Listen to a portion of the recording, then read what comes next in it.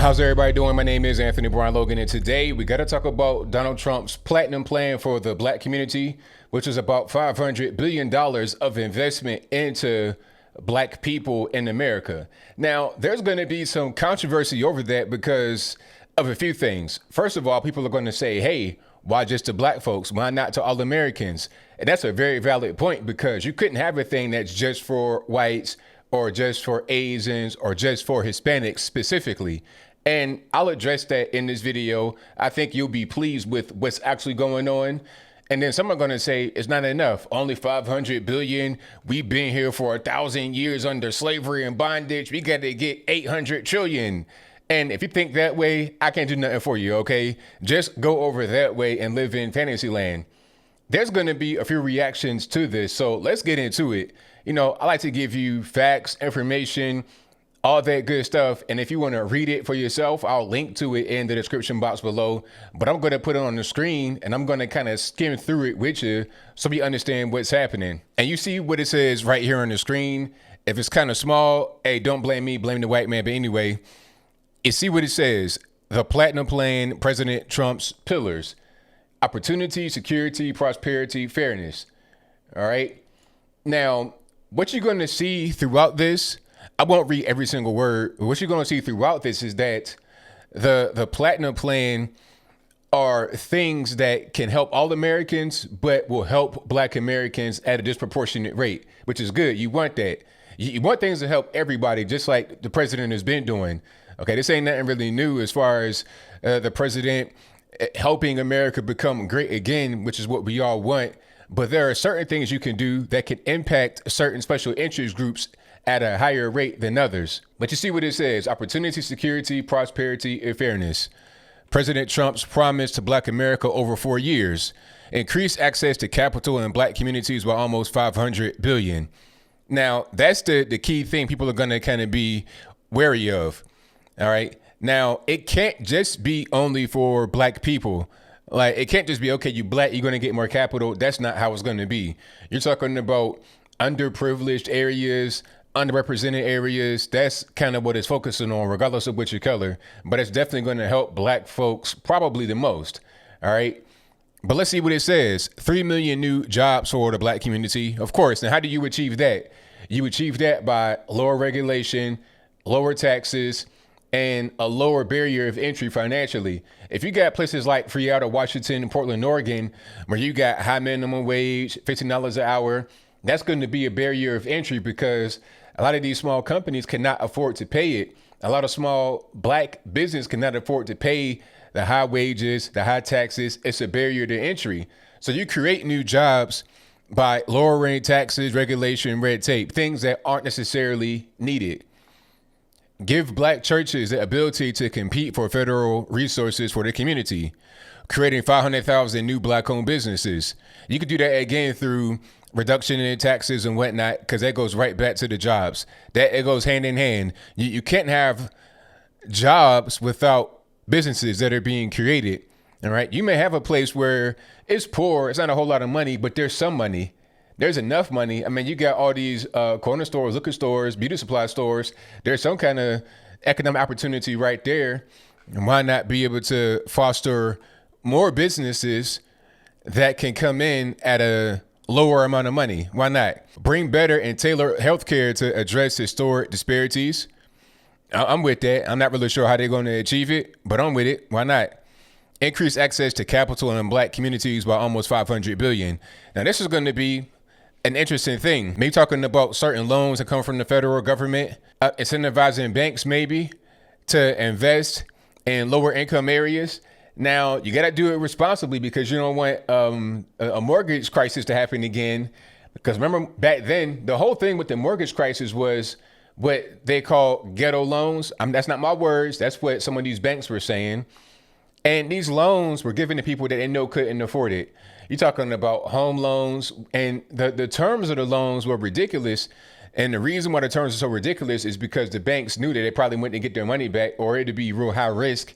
So you're talking about adjustable rate mortgage. Your rate might be 3% when you sign, and then it'll go to 8% or something crazy. So as long as that can be done in a proper and safe way, I'm all for it, 1,000%. Now, here's a really big one, a humongous one. Immigration policy that protects American jobs. Now, you see it doesn't say anything about minority or black. This is saying this right here can help all Americans, and it will help all Americans. Immigration policy. What are we talking about? Maybe reduce some of those H-1Bs, H-2Bs, et cetera, visas that bring in low-skilled workers to do jobs that Americans are going to do. You may hear this thing on the news or just on ads on TV from Democrat operatives and Democrats themselves. They'll say, well, the immigrants want to come over here and do jobs that Americans don't want to do. That's not even really what's going on. Okay, a lot of these dope boys, these young kids that sell drugs, they're making McDonald's money. Okay, quad is kept. This is not 1988 anymore. You're not going to get rich from selling crack. Those days are long gone. All right, those days have been gone for a long time. The wave right now is stuff coming from China and Mexican mafia. You're not making any kind of money on the street selling drugs just in the hood. That's just not what's going on. Okay, these gangs are involved in human trafficking and organ harvesting. That's a whole different game than trying to sell crack on the street. Okay, you're not going to get money from doing that. So if you got guys that are out there willing to risk their life for less than McDonald's money, you're talking about $3 or $4 an hour to sell drugs. Why wouldn't they go do a hard job still, but safer and make more money? It's just kind of logic. But they got us, not us, they have some of us kind of brainwashed into believing that Americans don't want to do those jobs. That's not true. So if we could kind of crack down on immigration and hold off this whole thing of amnesty, that'll bring jobs back to Americans. And that's going to affect Black Americans at a disproportionate rate because of all the poverty and joblessness we have in our communities. That's a very important thing. Also, safe urban neighborhoods with highest policing standards. 1,000%. We got to have it. They're talking about defund the police. When I say they, I mean the far left, the liberal Democrats. They're saying defund the police. But no, shout out to Bevelin Beatty. We need to refund the police. We need to give money back to the police because we need more of them in the community. I mean, Tyler Perry said it. Who else? Charles Broccoli. They all say it. If you come from a dangerous environment like I do, like they do, you know that you need more police. The complaint I always heard growing up was I called the police and they didn't get there quick enough or they didn't come at all. Okay. Nobody ever said, hey, you know what we should do? Have less police. You only think like that if you are a criminal yourself who wants to continue to engage in criminal activity, or if you don't live in the community and you're saying, hey, you guys don't need police, but I do, like Alyssa Milano, who supported this measure to defund the police by 90% in LAPD, but called the police in Ventura County, north of Los Angeles County, when a teenage boy was hunting squirrels on their property. And almost the whole Ventura County police force came out. Helicopter, fire department, squad cars, K9, the whole 9 yards. But I move on. Advance home ownership opportunities and enhance financial literacy in the Black community. I'm with that as long as the home ownership is done responsibly. And financial literacy is very, very important, extremely important, because a lot of us will get money and have no idea how to use it. A lot of these athletes or even guys that go to college, they have no idea how to do with money. The math skills ain't really on point because they're not going to understand how to do with money. So even when they do get their money from working or from whatever, they're not going to understand how to actually utilize it. So that's very important. If we can get financial literacy as part of high school curriculum, like public high school curriculum, just normal like social studies and math, that'd be great. Commit to working on a Second Step Act. That's very important as well. We already got the First Step Act, and that's freed some 5,000 federal inmates. 90% of those are Black who were in jail on nonviolent drug offenses. Now, some guys got out that had other crimes that were not related to the drugs. I think one guy got out that had a violent offense, but he was going to come home anyway. Some people are counted as coming home from that were let out like a week or two earlier from their good time. So don't act like this is going to free guys that should not be freed. It's going to free those that are going to come home soon anyway, or guys that are in there for nonviolent offenses that should be free, like Alice Marie Johnson. You in there 25, 30 years for answering phone in a trap house. All right. You shouldn't have been doing what you did. You got locked up, but that time that she got was way too much. You got guys that have killed people that have gotten less time, but I digress. Onshoring manufacturing to advance jobs and develop opportunities for Black-owned businesses. We need that. Again, a lot of our jobs are being taken away by H-1-2s, all these visas, and also by sending it to China, India, just other places in the world. How about bring these jobs right back home? And how are you going to do that? Reducing taxes, increasing incentive to create business here. I'll say that time and time again. That's a very, very important thing. Reducing regulation and taxes. When you have business that's very expensive to get in, has a very high barrier to entry, one or two things happen. One, only those that got money already, the very rich, can create business. And two, it'll go offshore. That's kind of how it's going when you get to these really high levels of regulation. And the last one here on this sheet, it says access to better education and job training opportunities.